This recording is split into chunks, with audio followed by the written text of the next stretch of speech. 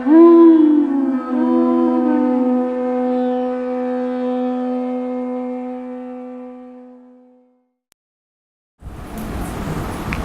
Namo Bhagavate Vasudevaya.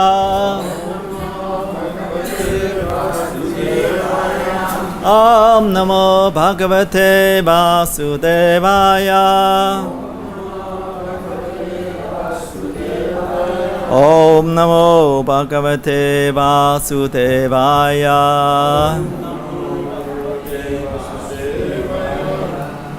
Hare Krishna.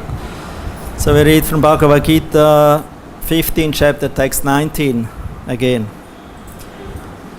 Yo mam evam asammudha.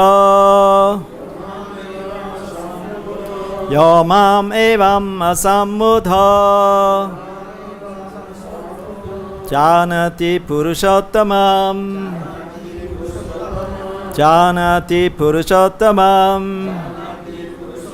Sasarvavit pachati Sasarvavit pachati mam. Sasarvavit pachati mam. Sarva bhavena bharata. Sarva bhavena bharata. Yo mam evam asammudha. Janati purushottamam. Sasarvavit pachati mam. Sarva bhavena bharata.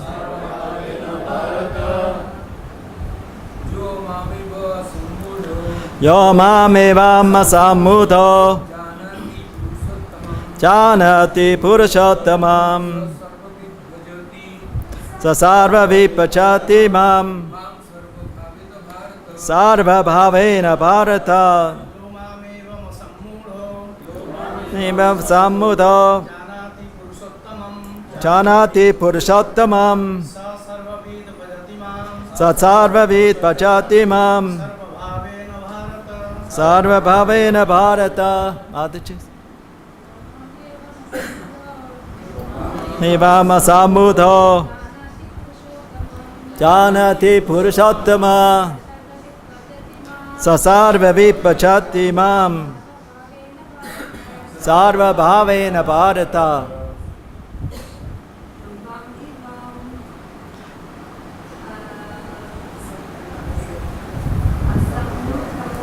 Yo mam evam asammudha. Janati purushottamam. Sasarva vipachati mam. Sarva bhavena bharata. Yaha. Anyone who. Me. Mam. Me. Evam. Thus. Asammudha. Without a doubt. Janati. Knows. Purusha Uttamam, the Supreme Personality of Godhead. Saha, he. Sarvavit, the knower of everything. Pachati, renders devotional service. Mam, unto me. Sarva Bhavena, in all respects. Bharata, O son of Bharata.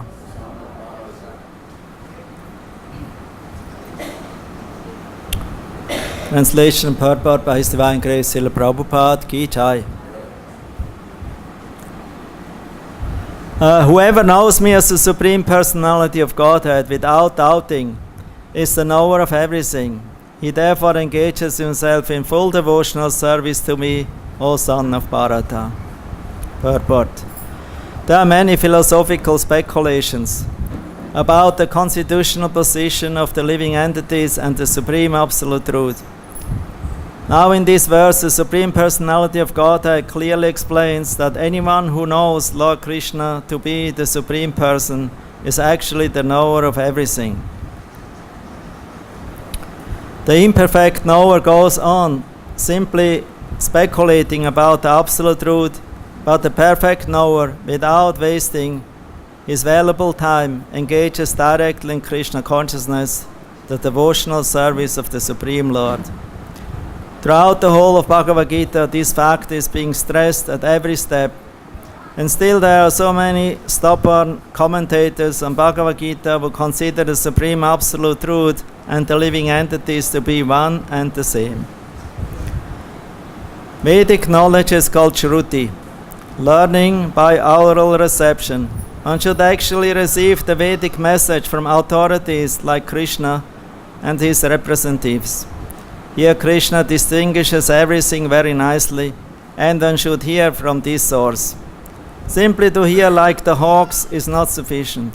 One must be able to understand from the authorities. It is not that one should simply speculate academically. One should submissively hear from Bhagavad-Gita that these living entities are always subordinate to the Supreme Personality of Godhead. Anyone who is able to understand this according to the Supreme Personality of Godhead, Sri Krishna, knows the purpose of the Vedas.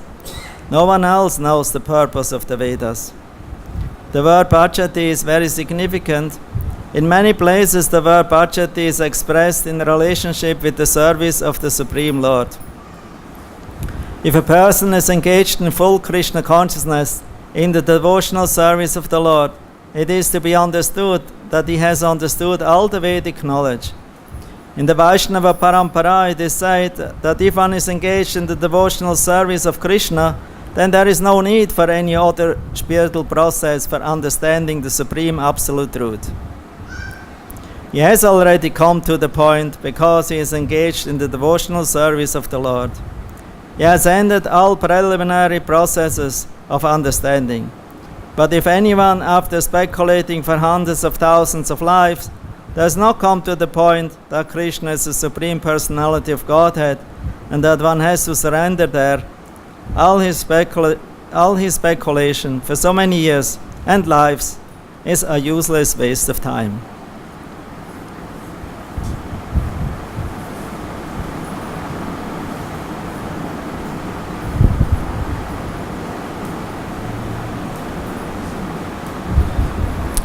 Yamam evam asamudho chanati purushottamam sasarvavid pachati mam sarvabhavena bharata. Whoever knows me as the Supreme Personality of Godhead without doubting is the knower of everything. He therefore engages himself in full devotional service to me, O son of Bharata.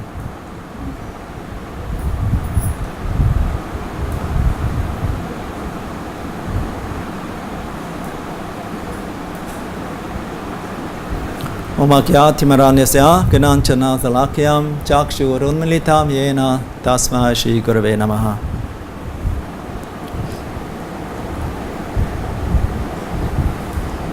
So this 19th verse of the 15th chapter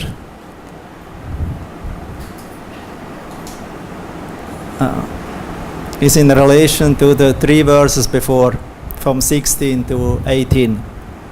So we will repeat that.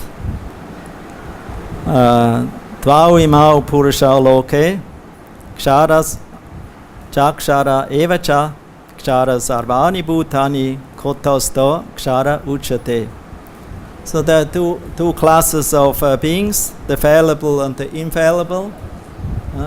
The fallible is called kshara and the infallible akshara. In the material world, every living entity is fallible, means it's kshara, and in the spiritual world, every living entity is called infallible, akshara, because in the spiritual world, in relation to the Supreme or in harmony with the Supreme, there is no mistake, there is no material influence. Material influence means the mind, the senses. And they're imperfect because they're in contact with the material energy, who is asat, ignorance, temporary. The next verse Krishna says, Uttama Purushas Tvanya Paramatmeni Udharita Paramatmeti Udharita Yoloka Trayam Avishya Vibhartya Avyaya Ishvara. Besides these two, there is the greatest living personality, the Supreme Soul, the imperishable Lord Himself, who has entered the three worlds and is maintaining them. So that means it's a super soul. He's above. It's distinct now. Krishna makes distinction between the Akshara and Kshara. That means the Jivas who are liberated and the Jivas who are conditioned. There is an Atma who is superior, who is above both of them. He's the controller. He's Ishvara. And then in the next verse 18, Yasmaksharam atitoham aksharat api chotama atosmi loke vedecha pratita purushottama.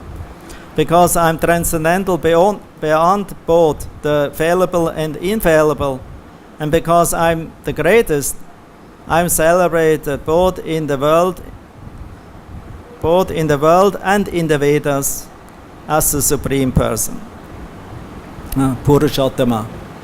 Purushottama means the Supreme Enjoyer. So that is a position of Vishnu or Krishna, origin of Vishnu. He's a Purushottama. He's the Supreme Enjoyer, the Supreme Controller. And everyone else is his servant. Ekala Ishvara Krishna Arasapa Pritya. Krishna is the only Supreme Master and Enjoyer, and everyone else is his subordinate, is his servant. And actually these three verses, they're considered the essence of the Vedanta, essence of Vedic knowledge. And then in today's verse, Krishna is again explaining, Yomam evam asamudho. Whoever knows me as the Supreme Personality of Godhead without doubt, asamudha, is the knower of everything. He therefore engages himself in full devotional service to me, O son of Bharata. So this 15th chapter starts with the description of the banyan tree, who is upside down. That means the reality, the real life, the origin of that tree is not in this world, it's in the spiritual world. And the reflection of it with the branches down is in the material world. And the lowest branches are the hell, the middle is the middle planetary systems, and the upper part of the tree, who is upside down, is Svargaloka, or the higher worlds, who are up to Brahmaloka. Krishna is explaining this tree is very mysterious, very difficult to understand and to find out its origin, because it is not in the material world. But one has to find out about this tree, one has to learn how to understand this tree by seeing that this tree is the entanglement. Either we're going up or we're going down, or we stay somewhere in the middle. But the living entity who is embodied in this material world always is going up and down on this tree, like the monkeys we see here in Vrindavan, always going up and down a certain tree, like a peepal tree, for example. There are many peepal trees here still. So you see the monkeys are going up and they're going down, going in this direction, that direction. Always try to enjoy something, to eat something, leaves, sometimes berries are on it. Many times they struggle with each other, attacking each other without a cause. because one goes to a place where other monkey likes to go. So he chases that monkey away, becomes very aggressive and screams at him that that the other one has to run away. Because the law of material nature is survival of the strongest. Whoever is more powerful and who can raise the voice the highest and the most deep and powerful way, he's considered the leader. He's considered, I'm the master here, go away from here. I'm here on the control. So we all like to be here Ishvaras, like these monkeys. Every monkey wants to be an Ishvara of a certain tree or a certain branch of the tree, and he doesn't want to keep on anyone else nearby. He chases them away. So that shows the problem of the material life is this tvesha, seeing this duality, who is my friend and who is my enemy. Because we have this enjoying spirit, we're looking after enjoyment, we're looking after happiness, and we try to find this in this tree of this material existence, this banyan tree, as Krishna is explaining from 1 to 5. He explains this tree and how the living entity becomes entangled in this tree as long he considers himself that this tree is the place where I can find my happiness. But Krishna is pointing out one has to learn how to cut this tree with the sword of the knowledge of the Vedas. Because this tree is like a labyrinth, one never comes out. So one has to cut it. Cut the tree to become detached, vairagya.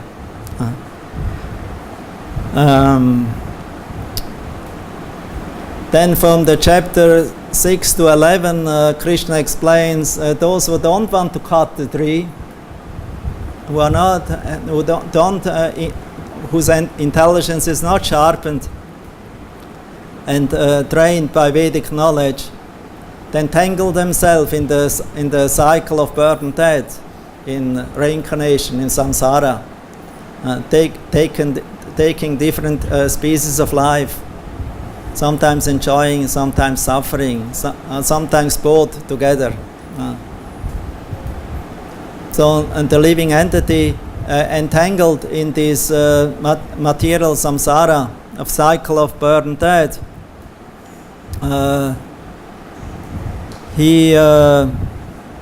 because he wants to enjoy, he wants to find happiness in this material world, he becomes more and more miserable.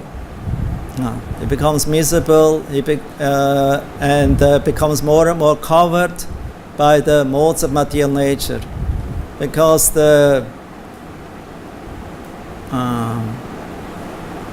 this material tree, this banyan tree, in this material world is a product of the three modes of material nature, and the living entity is completely entangled in these three modes of material nature. Sometimes I feel happy, I'm a good person, I'm charitable, I'm well-wishing, like that.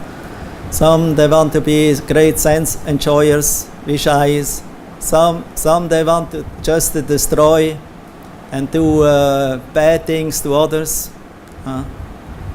So in this way, the mode of nature is working, and the living entities who are in these three modes of material nature, they're struggling with these modes, as described also in the 14th chapter of the Gita, and become completely entangled in the modes of material nature.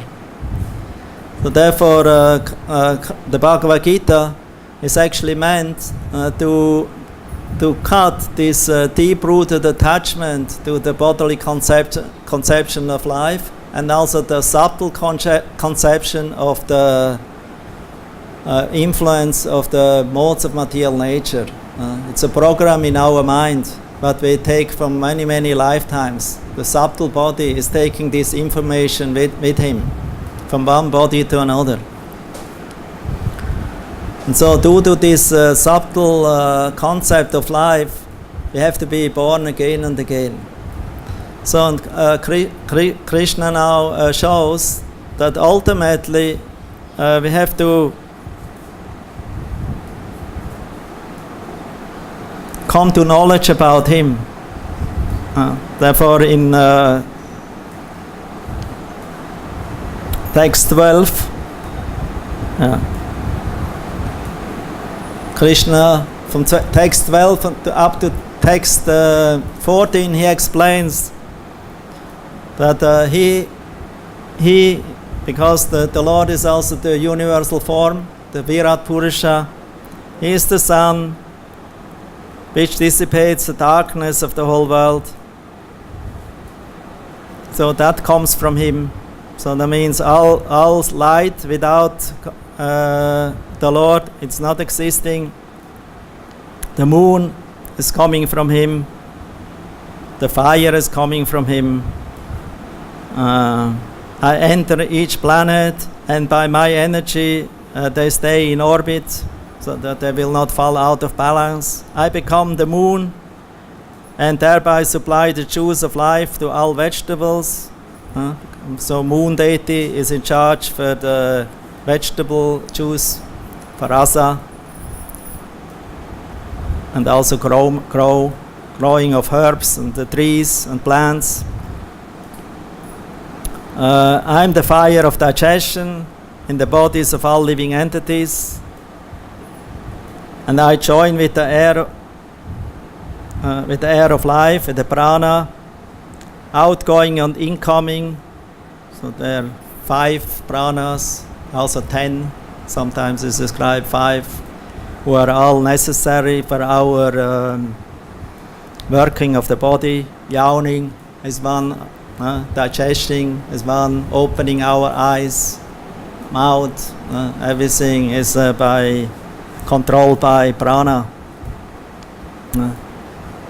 Evacuating, I would say, passing stool, urine, it's prana. Leaving the body is also taking part. The soul is forced to go out of the body by the force of the prana. So Krishna is this prana, this life airs, outgoing and incoming prana, who is maintaining the life of the body. Prana, apana, like that, and to digest, and the different kinds of foodstuffs. And then in the 15th verse of 15th chapter, Krishna says, Sarvasya Chamriti Sanivishto, the very important and famous verse, so many times quoted by Srila Prabhupada, Mataks mitir jnanam apoanam cha, Vedashta sarvair ahmeva vedya vedanta krit veda vita evachaham. I am situated in everyone's heart, and from me comes the remembrance, knowledge and forgetfulness. By all the Vedas I am to be known, because I am the compiler of Vedanta. I am Vedavyas, and I am the knower of the Vedas. And I am the goal. And I am the goal. I have to be the goal of the Vedas, is to know me. So he's the author of the Vedas, he's the knower of the Vedas, and he's the goal of Veda. Sambandha Videya Prayojana. So it's all attained in this verse, teaching us that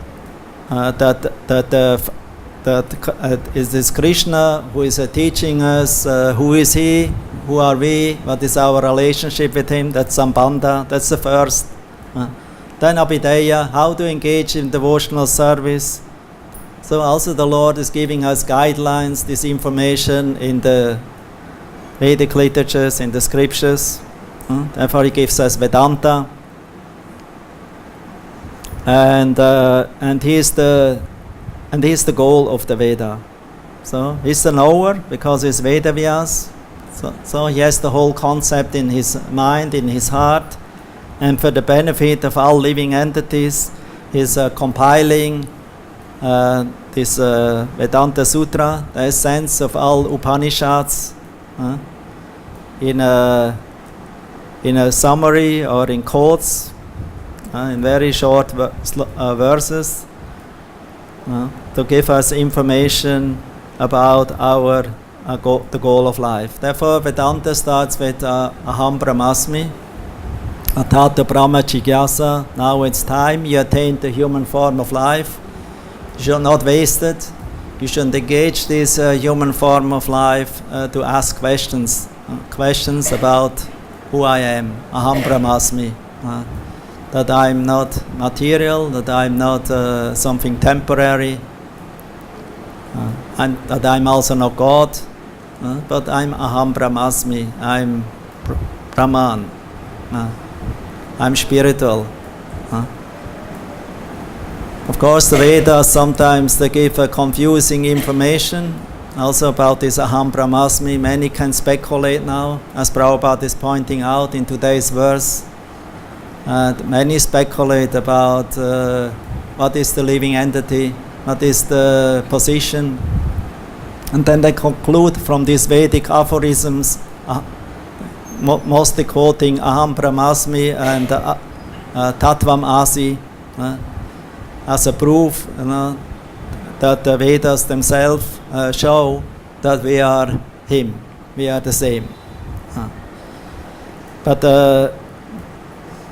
Therefore, there's these two kind of schools, the Vaishnava school and the Vedantic school of impersonalist or Gyan. They have two different opinions. So we don't want to argue. We don't want to argue about this. We're going to because we already accepted the Vaishnava conclusion or Vaishnava Siddhanta and teachings of our spiritual master. And one has to be faithful to one school or another. If one is faithful to the school of the Jnanis, then the result will be very troublesome.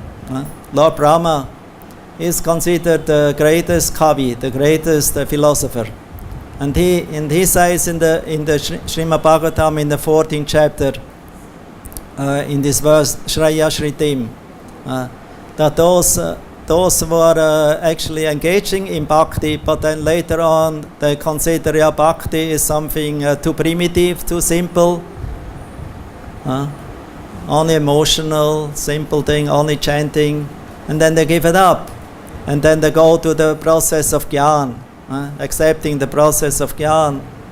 And then Brahma, he says, those who are giving up the bhakti process and taking up the troublesome process of studying the Vedic scriptures by accumulating Gyan, like in a school or university in a scholastic way,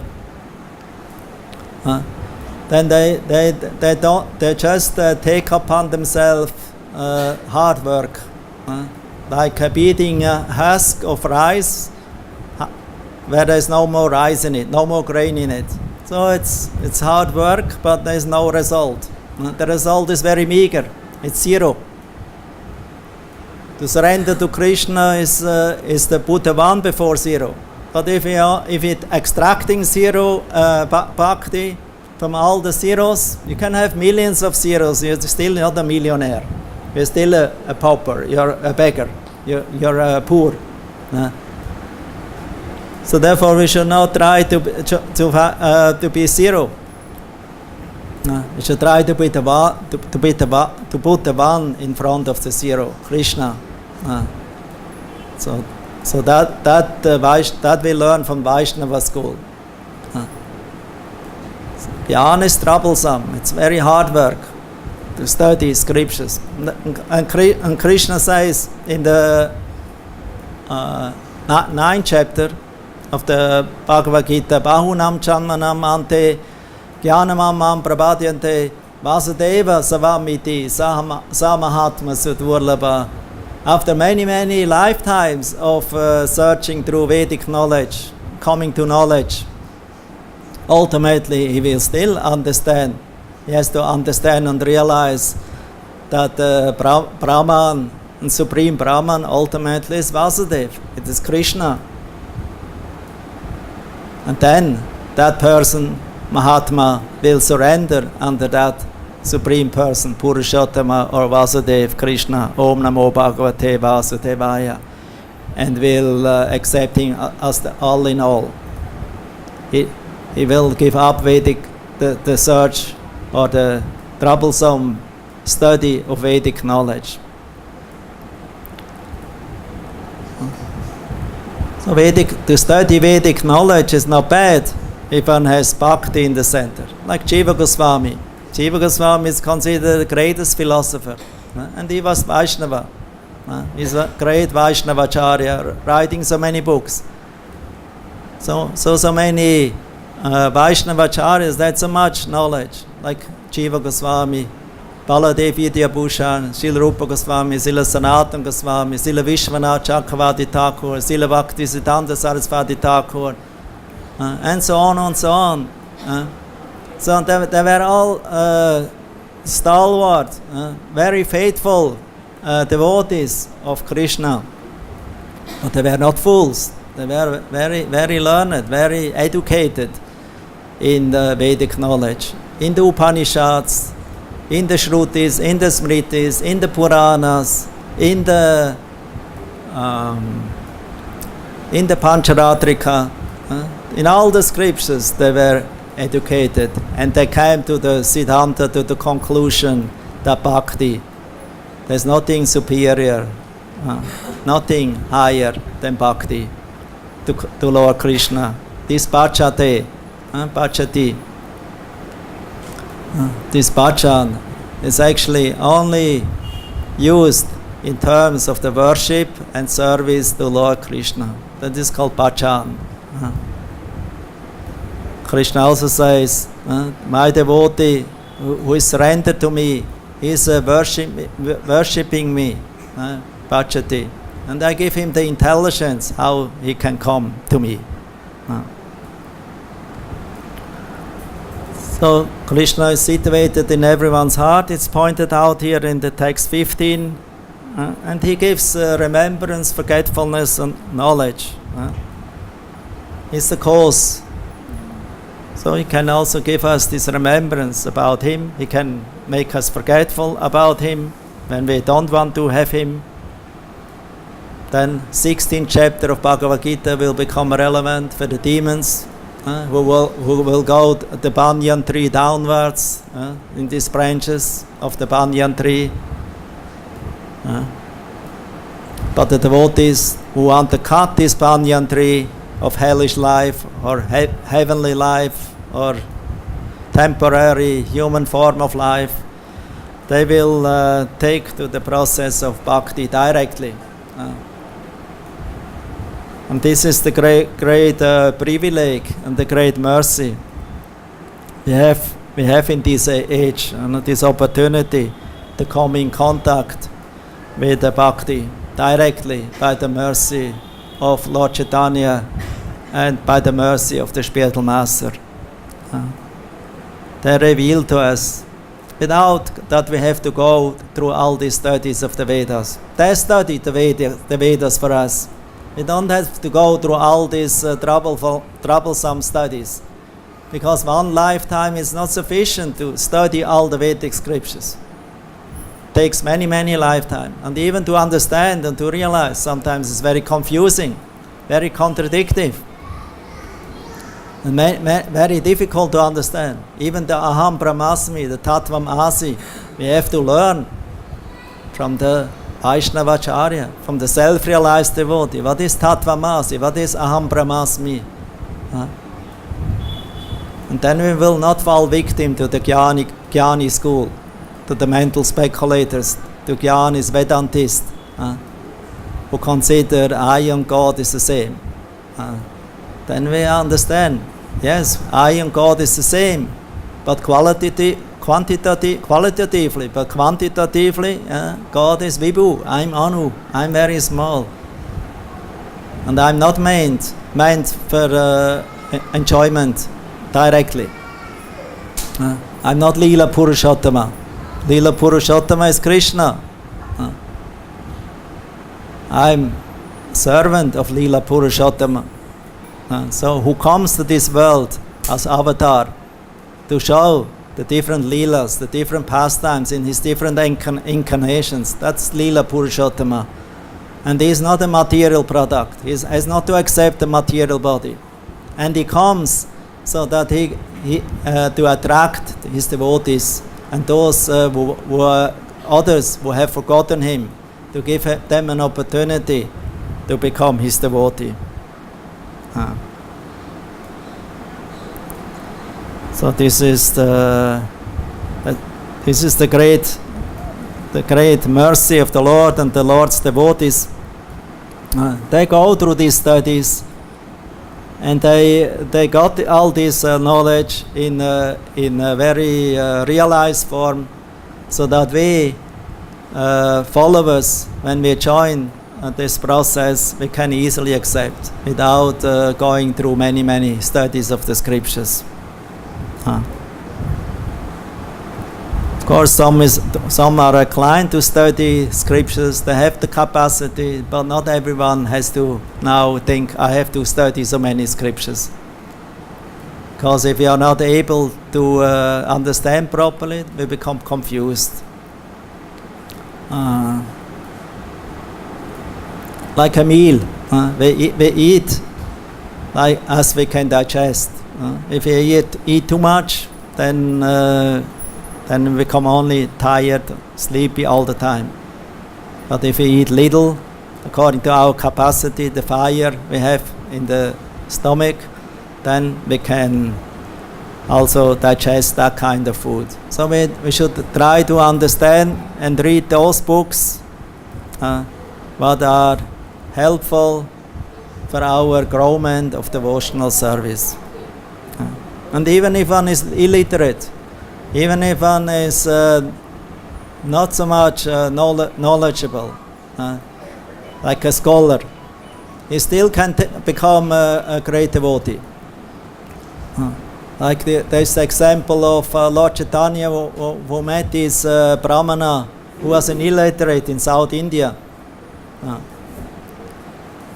He was always reciting the Bhagavad-Gita, and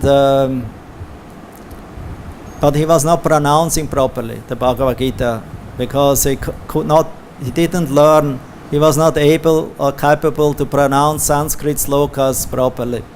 But his Guru Maharaj told him, instructed him, always recite Bhagavad-Gita, even imperfectly. And then his comrades, contemporaries in the temple who were observing him, his recitation, they were laughing about him. They were joking about him.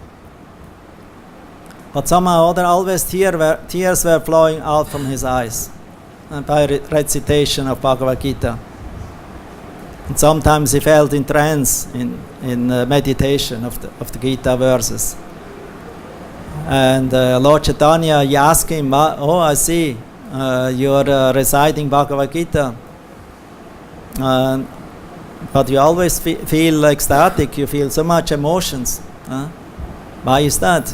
Although you're illiterate. And then this Brahmana told, it's because when I see always this picture of Parthasarathi in front of my eyes, of Lord Krishna, who is the Supreme Lord, Leela Purushottama, who became the charioteer, Sarathi, of his devotee Partha. So whenever I see this picture in front of me, I cry, because I see how Bhakta Vatsalya, this great affection that the Lord has towards the devotee, so showing so much affection that he even accepts a lower position as a servant, a charioteer of his devotee. So then when Lord Chaitanya, he heard about that, he concluded that actually this Brahmana, he is really understanding Bhagavad-Gita. All the others, they didn't really understand.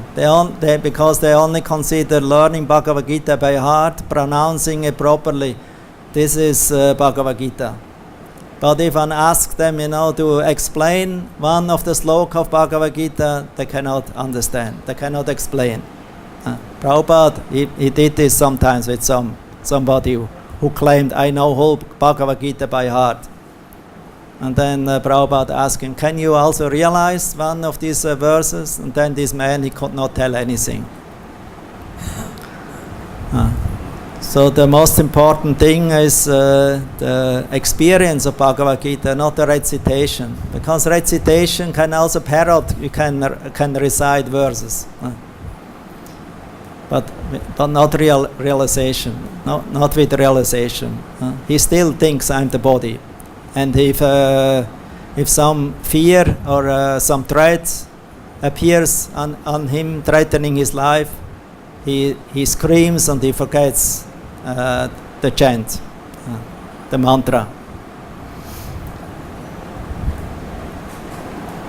So the devotee who is a follower of Bhagavad-Gita, therefore he always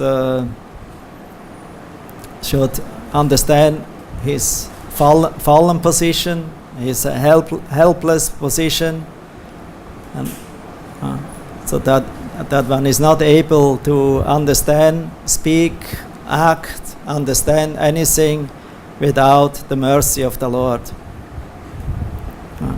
And the devotee is always keeps his faith to Krishna. Tatenu kampam susamikshamano punchane vatma kritam vipakam ritvak vabubir vidadam namaste chivete yumukti pade sadayabak. Brahma also in this 14th chapter he prays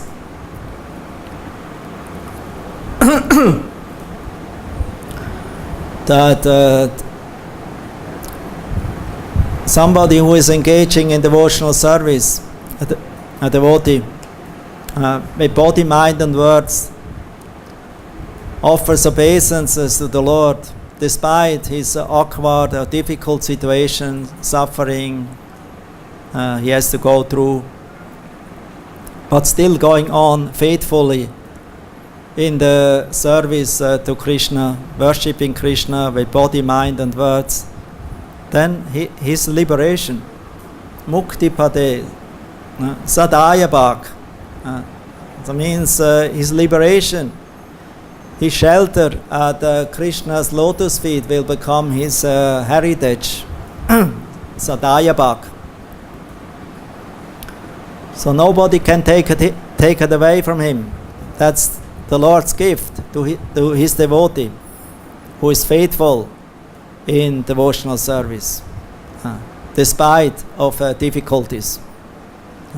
He's going on in devotional service faithfully. He's not doubting Krishna at any time. So he's always worshipping Krishna, and then he becomes his liberation or his shelter at Krishna's lotus feet becomes his rightful claim. There was one scholar in Puri, what was his name? Bhattacharya, Sarvabhauma Bhattacharya. He was actually a Vedantist. He was so learned like Brihaspati in the Vedas. He was himself great teacher and recognized by the king of Puri and by all the great scholars, brahmanas, and in Jagannath-puri and also in Bengal. So he was very much known.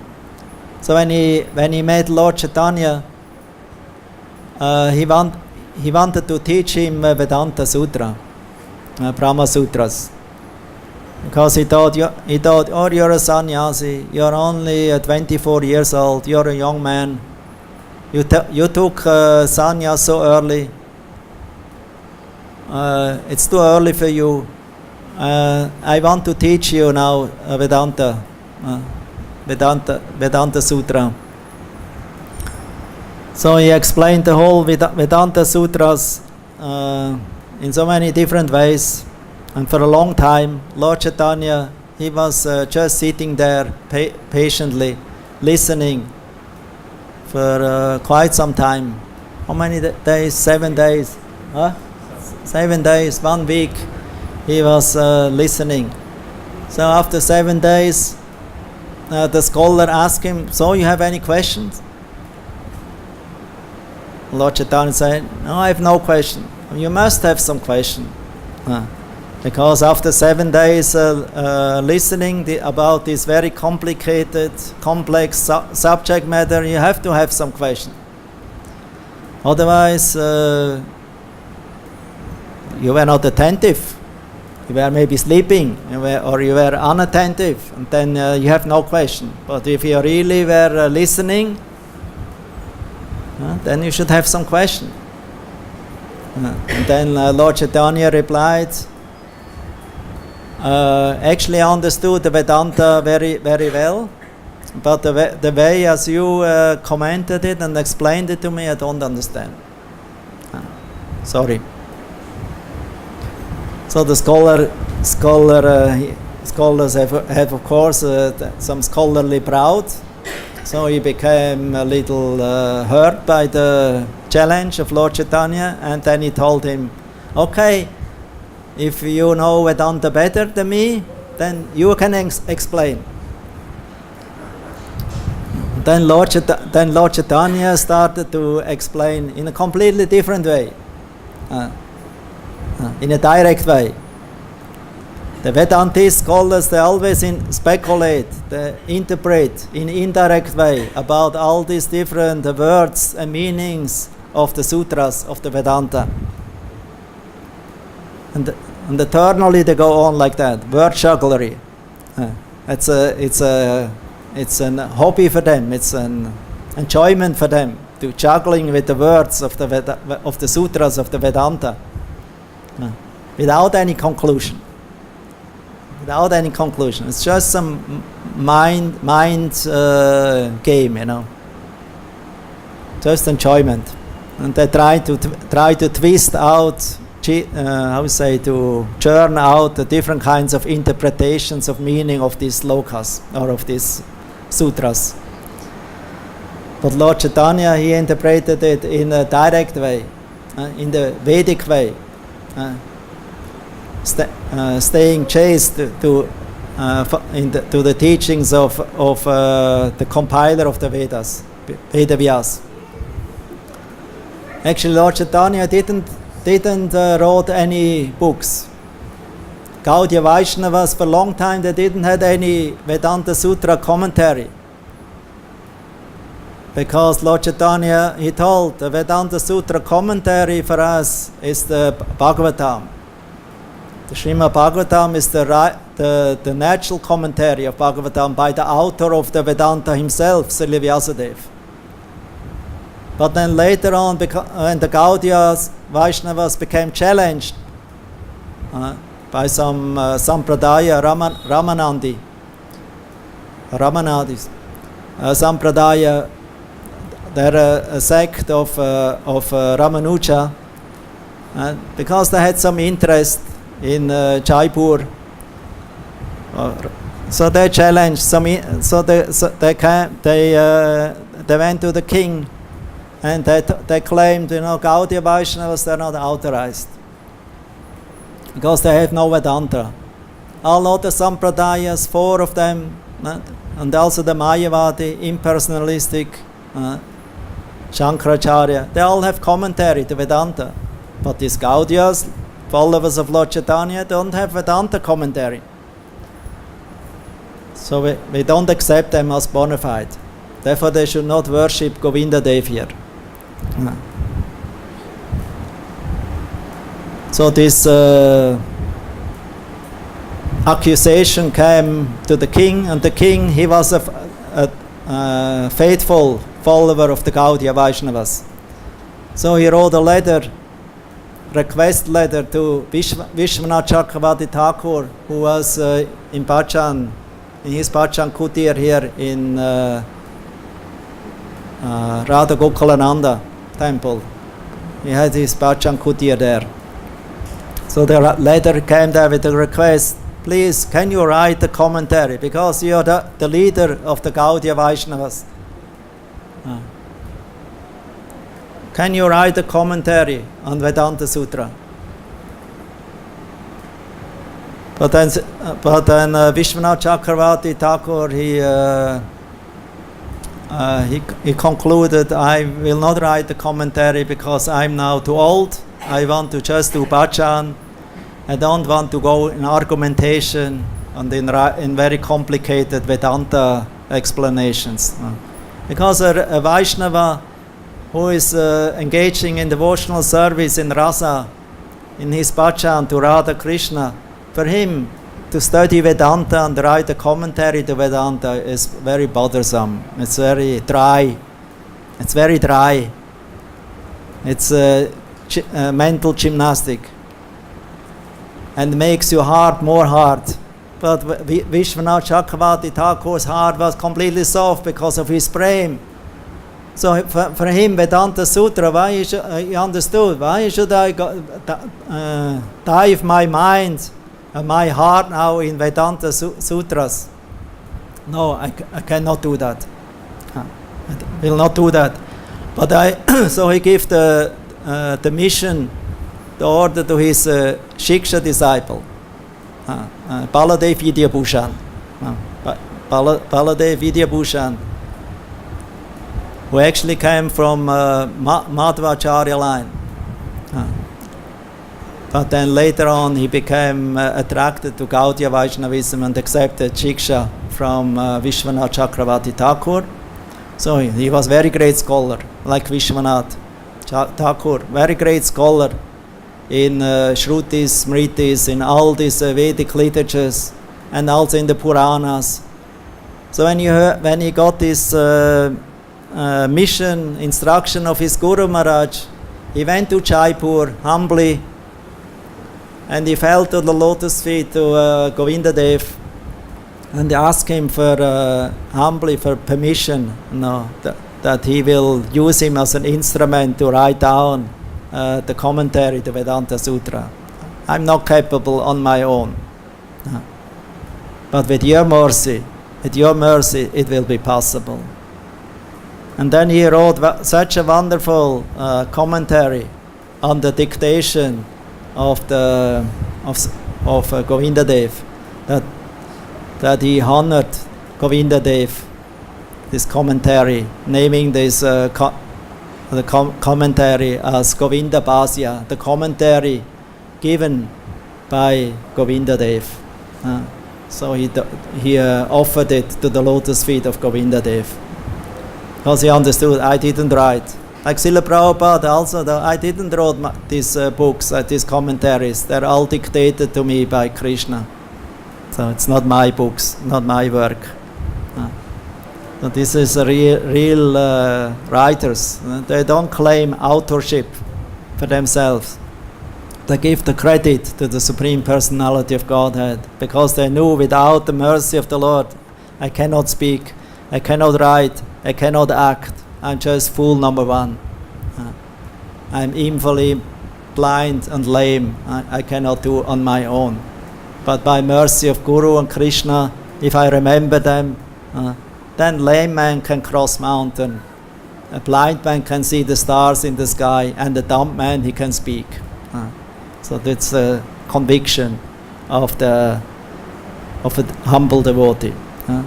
And then he also wrote commentaries to about 11 or 12 major Upanishads. And when this opposition, Sampradaya, saw all these writings, they became very much impressed. They understood, they accepted the Gaudiya Vaishnavas as authorized. So, but still, for the Gaudiya Vaishnava, it was not necessarily needed to have a Vedanta Sutra, because we have the Srimad Bhagavatam, and Lord Chaitanya himself accepted this as the supreme Praman, the supreme evidence of who Krishna is, who we are, what our relationship is with Krishna. All this this information we find in the Srimad Bhagavatam. Srimad Bhagavatam has 10 subject matters, no? And the 10th one is called Ashraya. Ashraya means shelter, the ultimate shelter. Paramashraya is Krishna. All other 9 subjects like Sarga, Visarga, Uta, Sthana, Manvantara, Ishakata, Ishanukata, Mukti, and so on. All this is how we say dependent to the 10th subject, the Ashraya. That means creation and sub-creation of Brahma, the procreation of the Prajapatis, the maintenance of the universe by Lord Vishnu, the destruction of the universe by Ananta Sankarshan, the coming of the avatars and the Mahajans, the devotees of the avatars, the Manvantars and the different Manus who are appearing in the different ages. And ultimately even Mukti is dependent on Krishna. Therefore Krishna is Mukti Pade, Mukti Pad.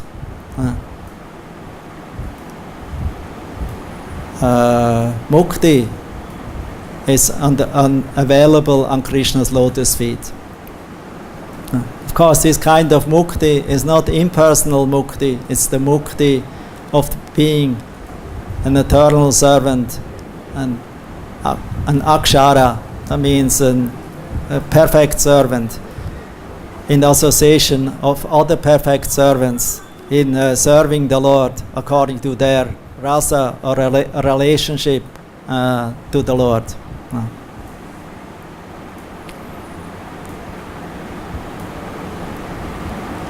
So to come back to Sarvabhauma Bhattacharya, and Lord Chaitanya ultimately convinced Sarvabhauma Bhattacharya about Krishna's position and about the position of bhakti and the superiority of bhakti above Gyan and above Vedanta.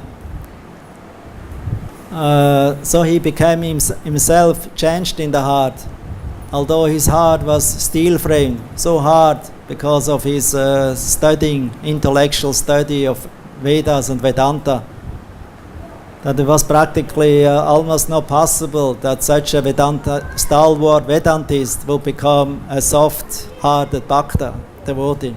But by Lord Chaitanya's mercy, who acted like a touchstone, Chintamani stone, that steel heart-framed scholar became a soft-hearted Bhakta devotee. And in the end, he could not even tolerate Mukti Pade in the sloka anymore. So he changed it in Krishna Pade. So Lord Chaitanya, he asked him, why you're changing word in the original Sanskrit of the Bhagavatam? Because every word of the Bhagavatam is Krishna. It's perfect. So you cannot change. You cannot change Mukti, take out Mukti and put Krishna there. But Sarvabhauma Bhattacharya, he was so much how we say, against this word mukti. He could not tolerate it anymore. Although previously from his mouth only mukti came out, emanated, only mukti. But now only bhakti came out.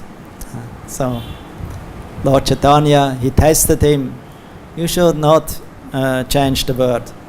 But then Sarvabhauma said, no, I cannot change. Because whenever I hear mukti, I feel very sour and very bitter.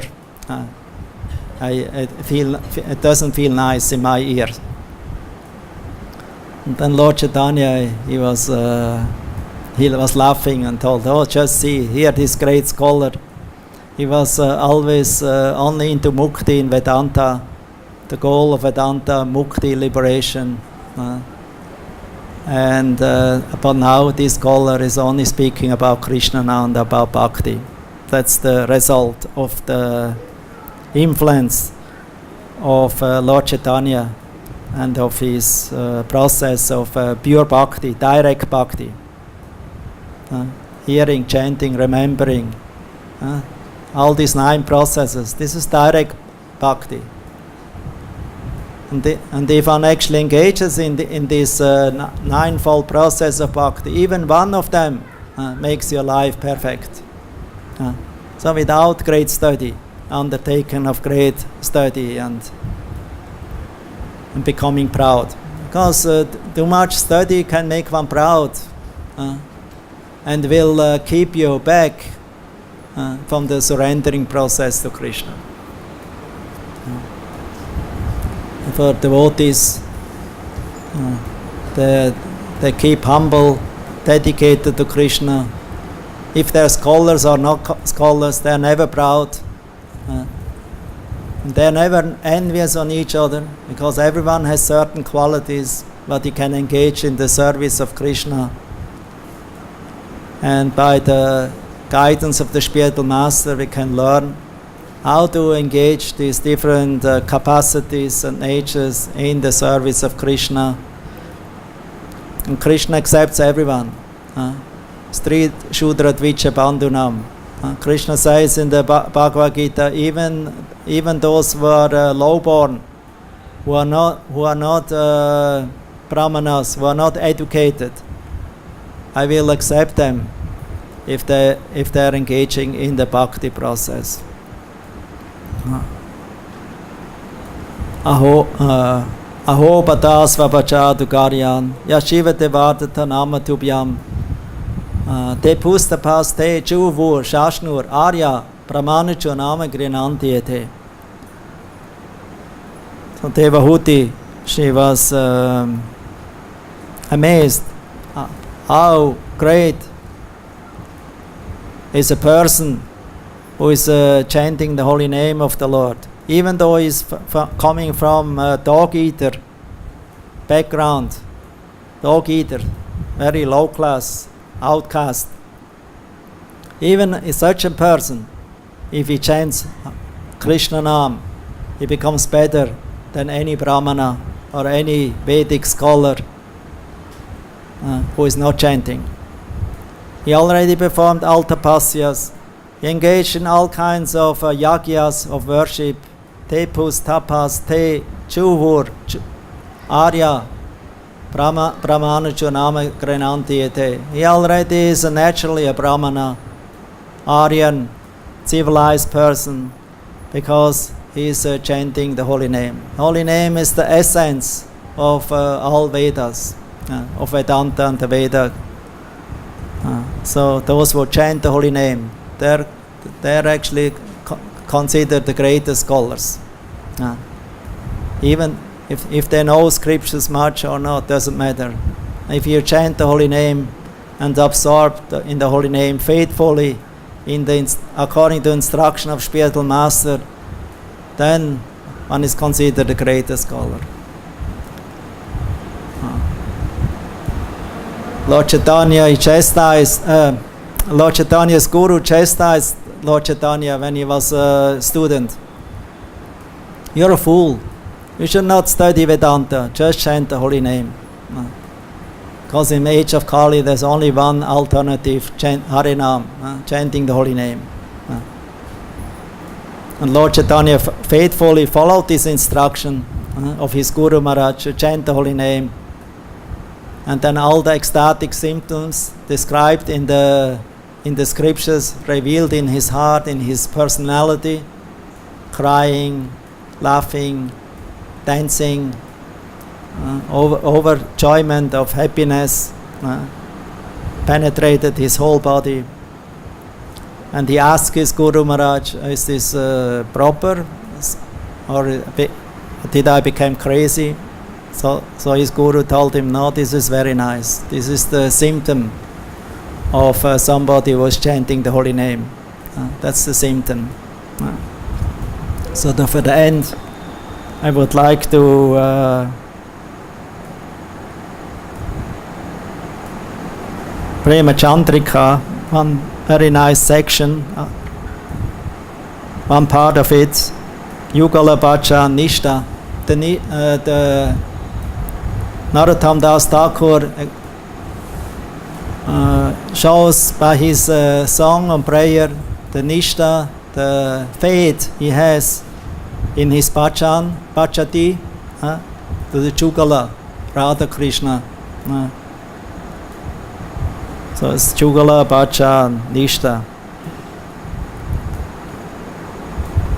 Not much time, so I only will read the translation. Although song is also very nice.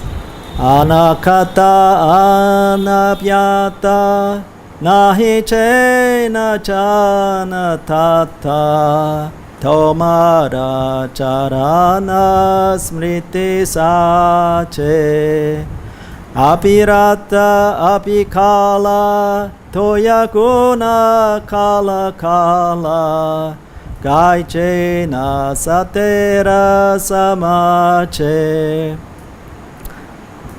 Wherever there are discussions of mundane topics, pains and pleasures, may I restrain myself from going there. Let the remnants of your lotus feet decorate my heart. Let the remembrance of your lotus feet decorate my heart. May I properly chant your transcendental qualities unceasingly in the society of devotees. Anya vrata anya dana nahi karon vastu jnana anya seva anya deva puja. Aha Krishna Bali Bali Vedana Ananda Kari Mane Mora Nahe Chena Ducha. I will not give any importance to observing any vows, giving in charity, serving materialistic people, and worshipping devatas. Without any other thought, I will roam joyfully, calling out, O Krishna, O Krishna. Anya Vrata indicates observing vows for the fulfillments of material desires instead of observing Vaishnava Vrata such as Ekadasi, etc. Anya Dana refers to giving charity without the purpose of pleasing Krishna or the Vaishnavas. One should consider the signs of Krishna, devotional service of Krishna, and servitorship of Krishna as knowledge. Apart from this, impersonal knowledge or knowledge regarding one's body or in relationship to the body are ignorance. Ducha means to be doubtful. Jivane marane gati Radha Krishna pranapati Tunhara piriti rasa sukhe Jugala bhajana chandra Premananda Basithara Ekatara Humora Bukhe. The divine couple are the lords of my life.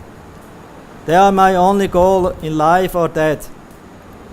Those who worship them enjoy transcendental mellows and float always in the ocean of Premananda. Let this fact ever remain in my heart. Jugala charana seva etana more diva jugalete manera piriti Jugala kishora rupa kamarati kana pupa manerahu olila kiriti. Please bestow upon me the treasure of service to your lotus feet. Let your divine forms and pastimes be always manifest in my heart. Your beauty is far superior to that of Kamadev and his wife Rati. Let your super excellent transcendental pastimes be ever present in my heart and in my mind.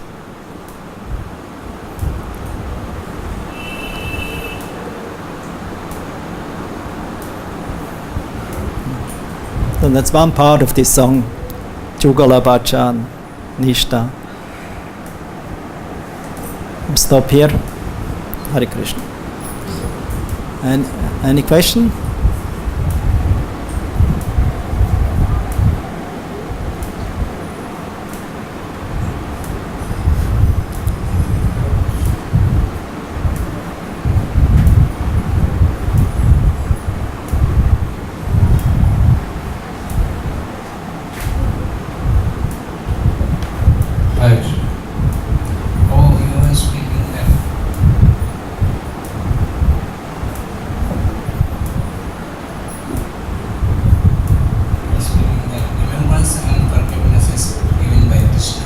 Huh? Remembrance and forgetfulness is given by Krishna. So, materialist people, those who don't come to Krishna, those who don't understand Him, so this forgetfulness is given to them by Krishna. Yeah. And also, actually, last time we discussed about this forgetfulness. I'm not sure if you were, I think you were not here present. Because living entity takes always birth again and again, in different bodies. So if he would remember all these different lives or previous life, he cannot live the present life. So therefore, it is the super soul who gives us the forgetfulness of the past lives. Because if all these lives would be present in our consciousness now, then you could not live the present life. Your prarabdha karma means that's that. So Krishna gives us this forgetfulness, and also with the time he lets us things forget what we don't need in ultimately for the devotee, what is not needed for devotional service. For the materialist or the atheist, Krishna will give him forgetfulness about God's existence. Any opportunity about that, he will give him. Okay, you like forget? I give you forgetfulness. This present life also, people they don't like to come to Krishna. That is why they are not coming to Krishna, because he's giving them forgiveness. That doesn't give him remembrance. I don't understand good. In this present life, also many of the materialists, they don't come to understand Krishna. So this forgiveness is given by Krishna to them, or they can remember Krishna.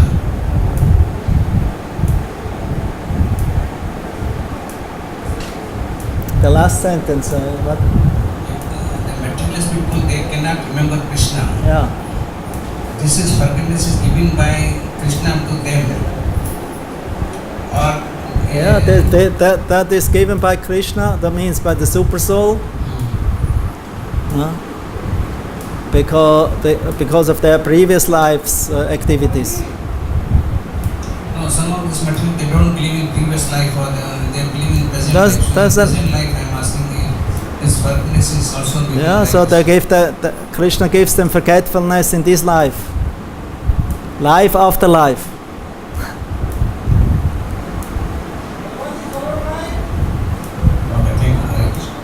Life after life.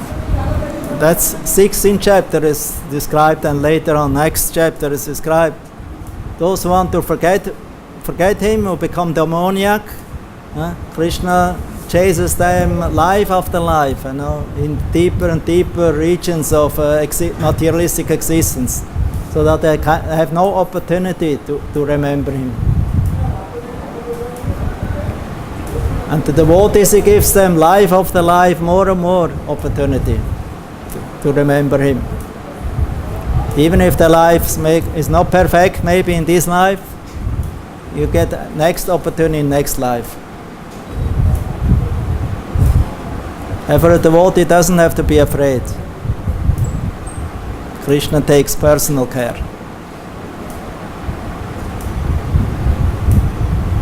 But we should not play with it and become negligent. So we should always have a little healthy fear that we may forget Krishna and devotional service or chanting the holy name, especially in the time of that.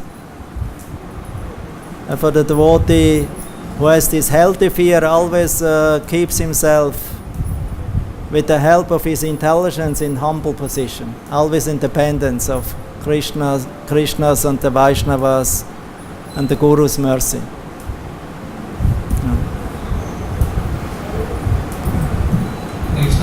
My question also similar to his question about Prabhupada given comments in this translation.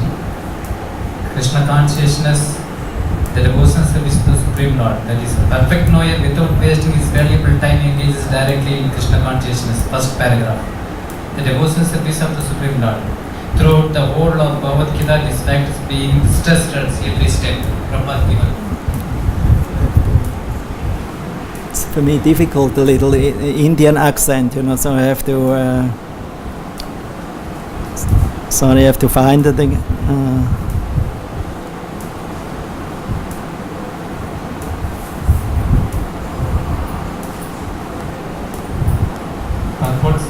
First paragraph, last two sentences. I will come. Moment. I have it. So here. First paragraph. Yes. There are many philosophical. Yes. Speculation about the constitutional position of the living entities and the supreme absolute truth. Now in this verse, the Supreme Personality of God clearly explains that anyone who knows Lord Krishna to be the Supreme Person is actually the knower of everything. More? The imperfect knower goes on simply speculating about the absolute truth, but the perfect knower, without wasting his valuable time, engages directly in Krishna consciousness, devotional service to the Supreme Lord. Yes. Next word. Still, there are so many stubborn commentators.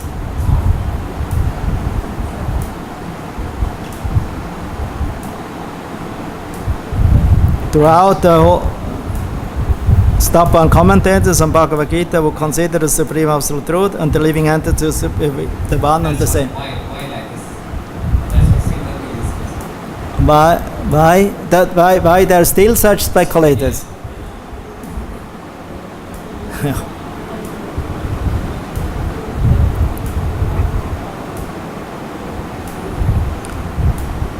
Means it's Maya Pritya Gyan. Krishna tells four kinds of persons that don't surrender unto him. One of them is Maya Paritagyan. Their knowledge is stolen by Maya. Naradama, lowers of mankind. Muda, hard workers, foolish. And Asura. So these four classes, they never surrender. No, never means very rarely. If they have good luck and mercy, they can also maybe change. But although Bhagavad-Gita is very clear, Krishna makes clear statements of his position, Jiva's position, living entity's position, relationship.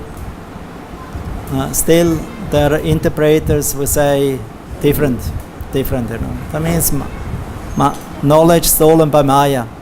Therefore, Mayavada. They're going the path of Maya, of illusion.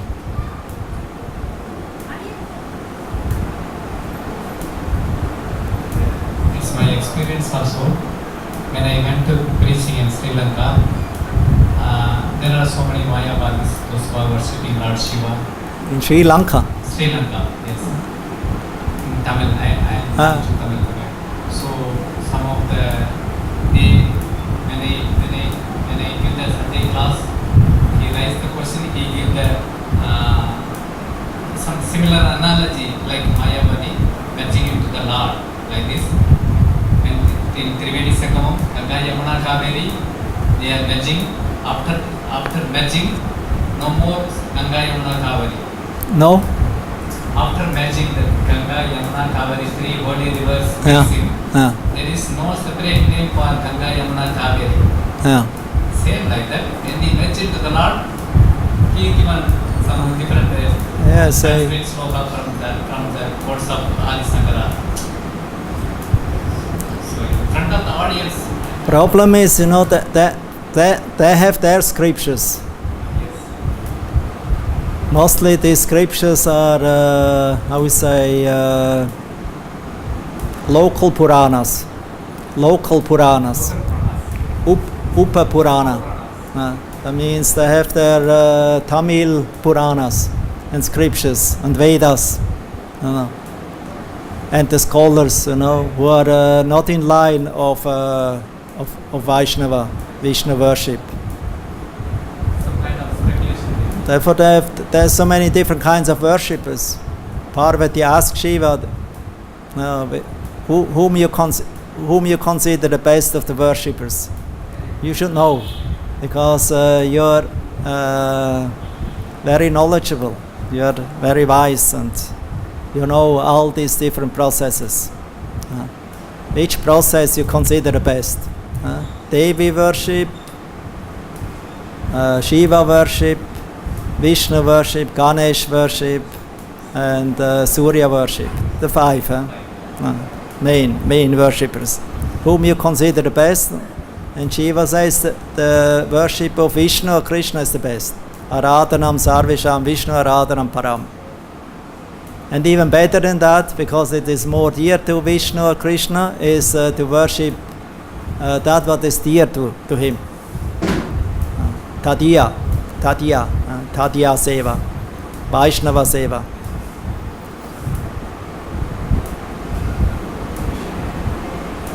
So for my personal realization is with impersonalists, are also Christians, because they are so much convinced about their scriptures and their way of life. Even if you can tell them something nice, they still will not accept. You can speak hours and hours, they will not accept. And from my point of view, is a waste of time to speak. If they don't want to accept, then let them. At least we are not maybe on the level of I would say, knowledgeable, to convince them. Because you have to really know the Vedas and the Sanskrit, although nowadays many of them, they also don't know so much. They also only accept something what they hear, and they accept it as because it's accepted in the family, in the Gotra. That's also another thing, It's a tradition. It's a family tradition. My father and my grandfather and the grandfather, 7 generations back, they're worshippers of Devi. I'm also Devi worshipper. Or they're impersonalists, Or Shiva. Actually, Shiva worshippers, they're mostly impersonalists.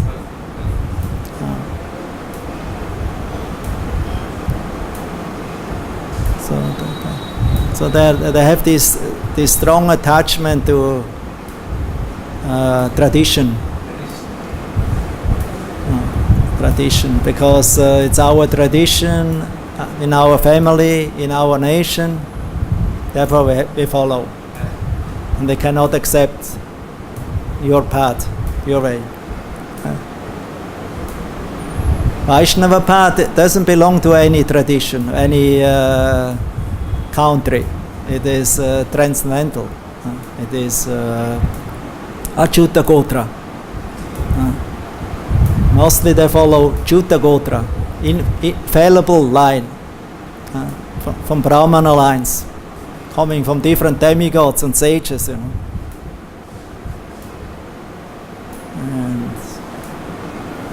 yeah, you can argue if you like, and then, but in the end it takes away all your energy, and still they don't take a book. The purpose why you argue with them, because you want to sell them a book, not? You want to make them to chant Hare Krishna, but if they're not ready for it, so why you're wasting so much time speaking? You maybe think, oh, I'm speaking very nicely, and they say, yes, very good, but in the end they always argue with you again. And in the end you become confused. Then you become confused. And your faith, because your faith is maybe not so much steady, becomes a little shaky, or much shaky. And for Lord Chaitanya recommended not to argue and associate with Mayavadi. It's a waste of time.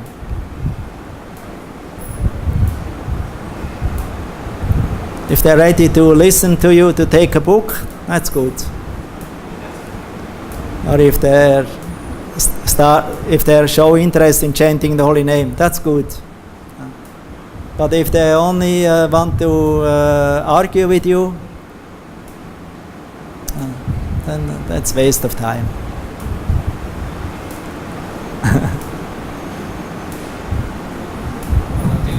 Prabhuji, what is the title of the Narottam Das Thakur? Prema Bhakti Chandrika. Prema Bhakti Chandrika. Okay, the book, what is the? The book Prema Bhakti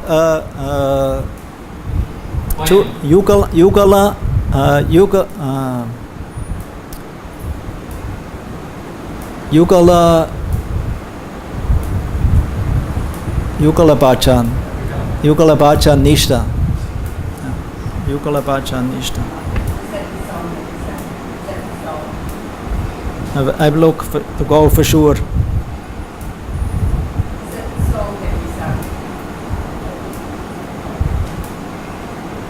Yugala Bhajan Nishta. Yeah. Huh? Was that song? That song, yeah. Yugala Bhajan Nishta. Huh? Prema Bhakti Chandrika. Is it in this book? Huh? This is much another song. Is it in here? No, it's not in. No. This is standard songs. But in the store they maybe have the songbook, because it's Narottam Das Thakur. He has two songbooks, Prema Bhakti Chandrika and Prarthana. In this songbook mostly are songs of Prarthana, and this Prema Bhakti Chandrika maybe you can find in the store here, in the shop. It's nice bhajans, nice meditation. He shows you how to meditate from the beginning stage up to the highest stage.